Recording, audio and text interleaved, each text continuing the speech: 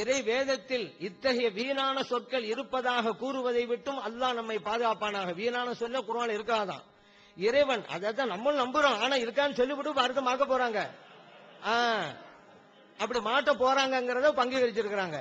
இறைவன் எந்த ஒரு வார்த்தையும் தேவையில்லாமல் பயன்படுத்த மாட்டான் என்று நம்பி திருக்குர்ஆனுக்கு கொடுக்க வேண்டிய மரியாதையை கொடுத்து மேற்கண்ட வசனங்களை நம்ம ஆய்வு செய்தால் ஒரு வார்த்தை வந்தாக்கா அது இருக்குது, அது அர்த்தம் இருக்கு, வச்சுக்கிட்டு தான் ஆய்வெல்லாம் செய்யணும் அப்படி வேற சொல்லி இருக்கிறாங்களாம்.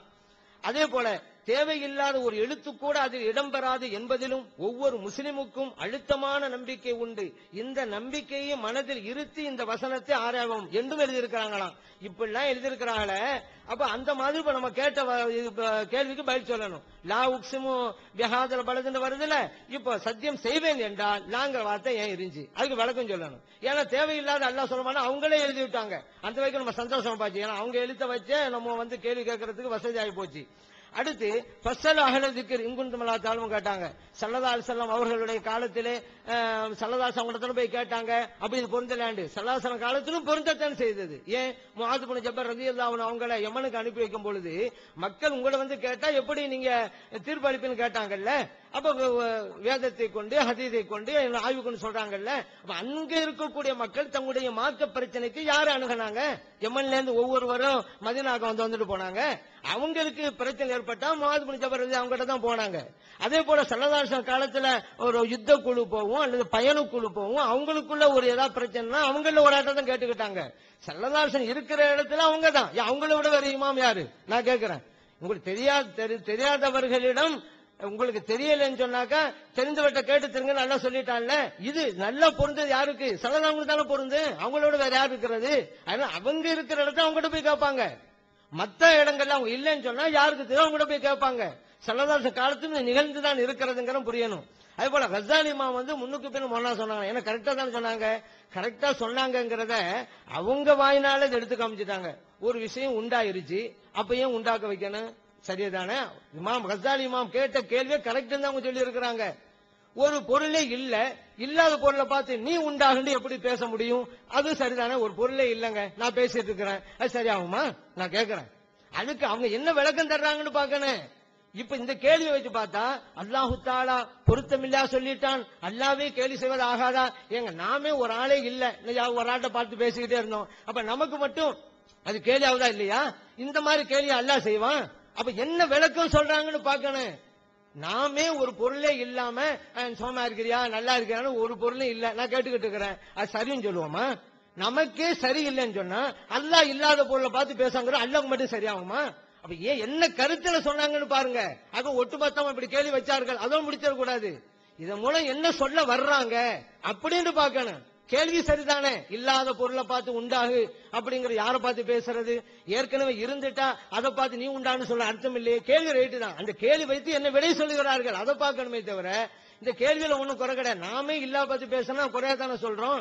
அல்லாஹ் விஷயத்துல தகுமா? அதாங்க நம் விஷயத்திலே தகாதே, இதை படைத்த ரப்பி விஷயத்தில் தகுமான்னு எப்படிங்க சொல்றீங்க? இல்லாத விஷயம் பார்த்து பேச மாட்டோமே, அல்லாஹ் மட்டும் எப்படி செய்வான்? இப்ப அல்லாஹ்வோட மாண்பதான் கூட்டி இருக்கிறான் அந்த கேள்வி வச்சு. அது எதற்காக இந்த கேள்வி வச்சு அவங்க என்ன பதில் சொல்றாங்க அப்படிங்கறதை நம்ம பார்க்கணும். அடுத்ததாக நம்ம ஒரு கேள்வி வச்சோமா, அல் ஹஜ் அஷ்ஹுரு மாலுமாத் கேள்வி வச்சோம். இதுக்கு என்ன விளக்கம் இருக்குது? ஏன்னா குறிப்பா எல்லாம் தெரிந்த மதங்கிறீங்க, குர்ஆன்ல இருந்தா சொல்லுங்க, இல்லன்னு சொன்னா நபிலாம் ஸல்லல்லாஹு சொல்லியிருக்காங்கன்னு சொன்னா அதுக்கும் சொல்லுங்க அப்படின்னு நம்ம சொல்லியிருக்கிறோம். அதுக்கு பதில் இதுக்கும் இல்ல, ஏன்னா இல்லங்கிறதுனால தான் அவங்க சொல்லல அப்படின்னு நான் நினைக்கிறேன். அதே போல பாருங்க,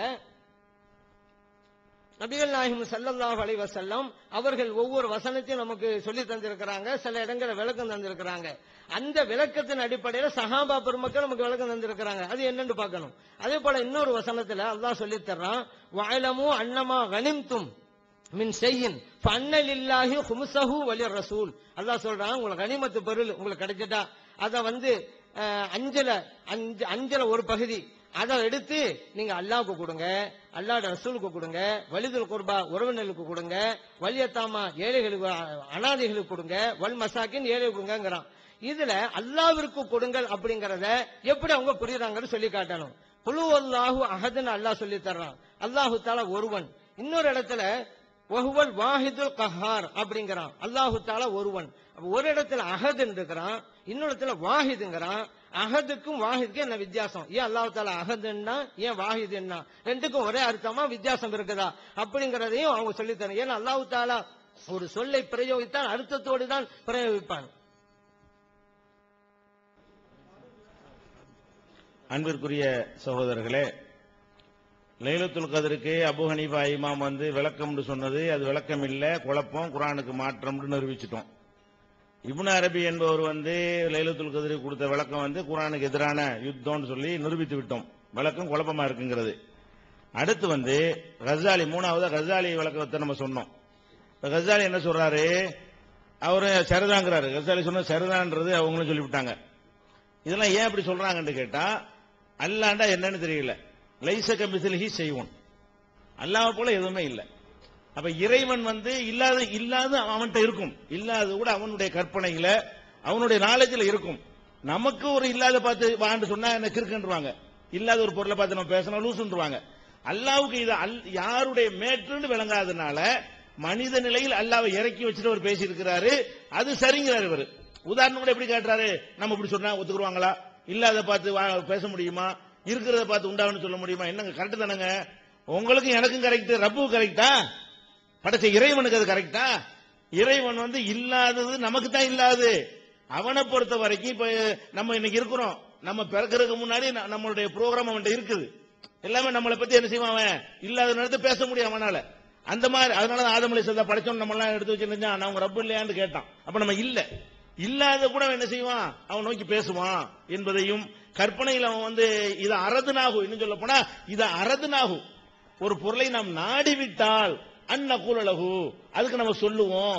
நாடிட்டால் என்ன அர்த்தம், நம்முடைய சிந்தனையில விட்டால் அதை நோக்கி சொல்லுவோம் அர்த்தமாயிடுது.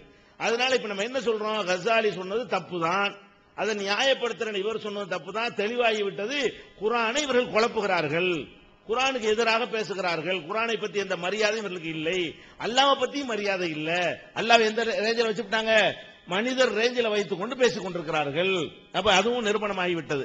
அடுத்து என்ன, இந்த வாரிசு உரிமை சட்டம் ஒன்று சொன்னாங்க இல்லையா, 3-1, ஏன்னா விலைக்கிட்ட உங்களுக்கு புரியும். அதாவது குர்ஆன் பிரகாரம் பிள்ளை இல்லாத முறையில் ஒரு பொம்பளை செத்துட்டான்னு சொன்னா அவளுக்கு பிள்ளை இல்ல, அவளுடைய கணவனுக்கு பாதி கொடுக்கணுங்க. ஒரு 3 சொல்லி கேட்டனால மக்களுக்கு புரியணும், அப்பதான் உங்களுக்கு விளங்கும். கணவனுக்கு பாதி. அதுலயே அல்லாஹ் என்ன செய்யறான்னு கேட்டா, தாய்க்கு 3-1, தகப்பனுக்கு மீதி எடுத்துக்கொள்வான் என்று இருக்கிறது. இந்த கணக்கு பிரகாரம் மொத்த சொத்தை 3 பேருக்கு கொடுக்கணும். இப்ப மொத்த சொத்தை ஒரு கணவனுக்கு, ஒரு தாய்க்கு, ஒரு தகப்பனுக்கு கொடுக்கணும். கணவனுக்கு எவ்வளவு கொடுக்க சொல்றான்ல, பாதின்னு சொல்லிட்டான். பாதி 50 போயிடுச்சு. அப்ப தாய்க்கு எவ்வளவு கொடுக்க சொல்றான், 3-1, 33 போயிடுச்சு. 50 83 ஆயிடுச்சா, 33 சில்லற அந்த கொசுறு வரும், அதனால ரவுண்ட் இல்லாதனால 33 சொல்றான். 83 ஆயிடுச்சா, மீதி எவ்வளவு இருக்கு, 17 இருக்கு. 17 தகப்பனுக்கு. ஏன்னா தகப்பன் மிச்சம் உள்ளதான் எடுத்துக்கிடுவான். இந்த கணக்கு பிரகாரம், இந்த குர்ஆன் பிரகாரம் 2 பேரும் கொடுத்தது போக மீத உள்ளது அசபா என்ற முறையில் அவன் எடுத்துக்கொள்வான்.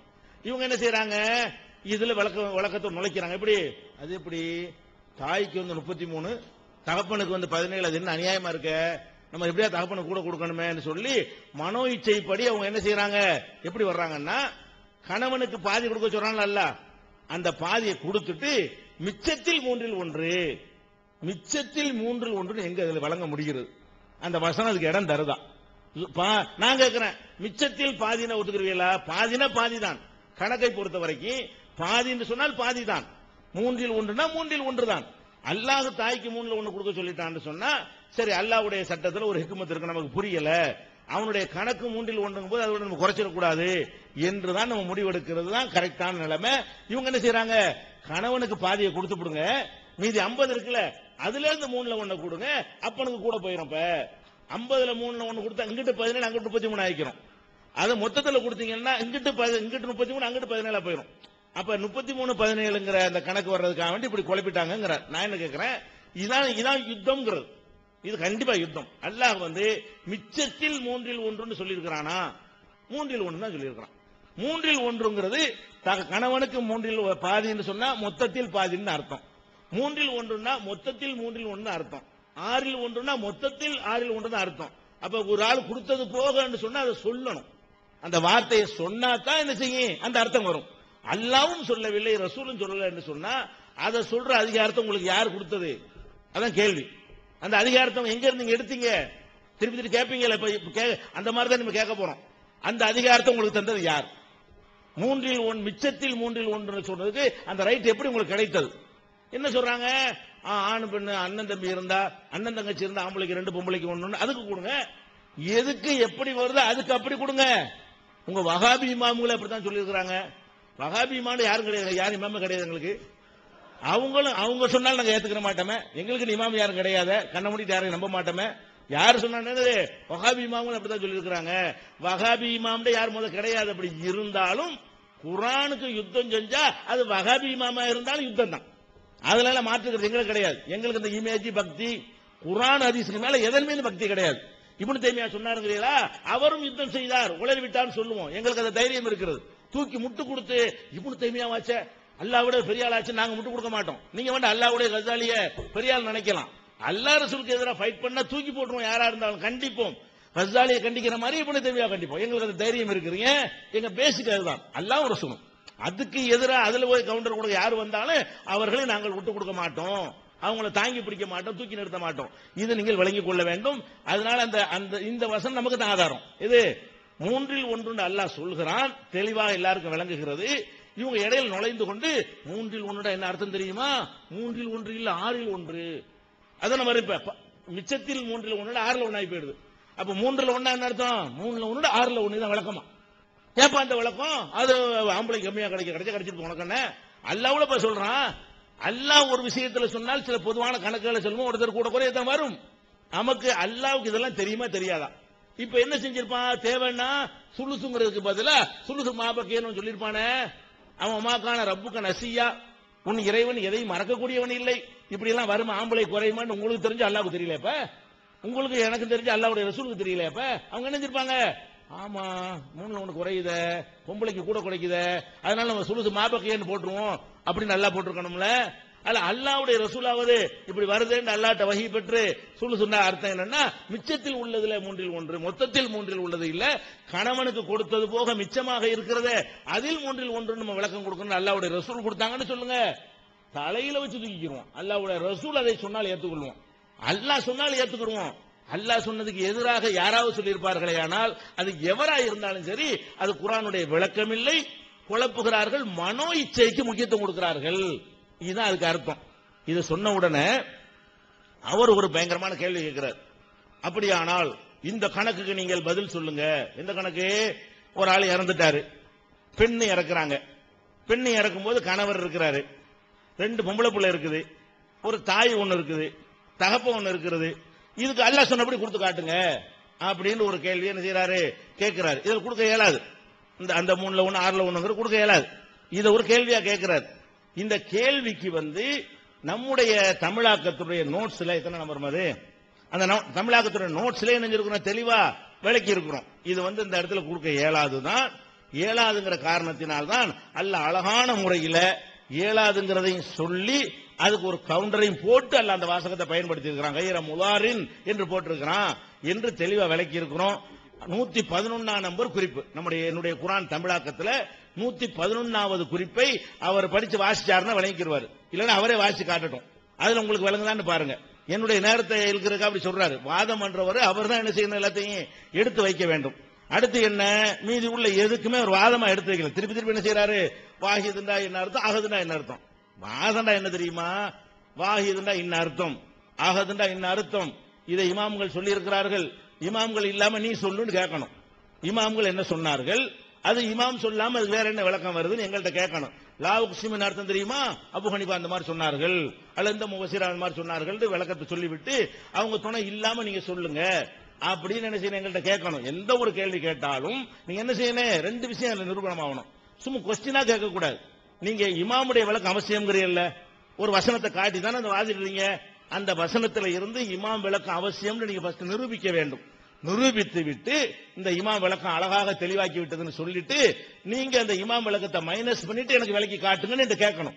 அப்படி கேட்டா தான் இமாம் விளக்கம்ங்கிறது விளக்கமா இருந்துச்சா குழப்பமா இருந்துச்சா, அது இல்லாட்டி எவ்வளவு தெளிவா இருக்கு